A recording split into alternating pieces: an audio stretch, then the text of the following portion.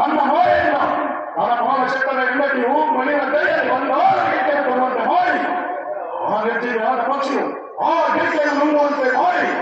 ಅರ್ಧ ಕಾರ್ಯ ಎಂಬ ಅಪರಾಧವನ್ನು ವಹಿಸಿ ಇವರ ಸಟ್ಟೆಗೆ ಆಡುವುದು